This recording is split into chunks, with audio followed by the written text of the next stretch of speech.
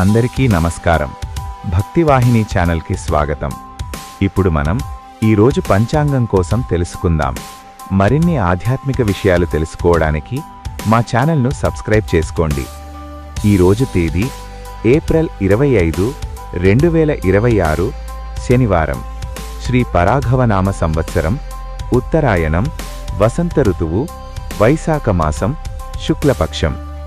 సూర్యోదయం ఉదయం 5:42 సూర్యాస్తమయం సాయంకాలం 6:13 తిథి నవమి రాత్రి 10:07 వరకు. నక్షత్రం ఆశ్లేష రాత్రి 11:35 వరకు. వర్జ్యం మధ్యాహ్నం 12:48 నుండి 2:21 వరకు. దుర్ముహూర్తము ఉదయం 5:42 నుండి 7:22 వరకు.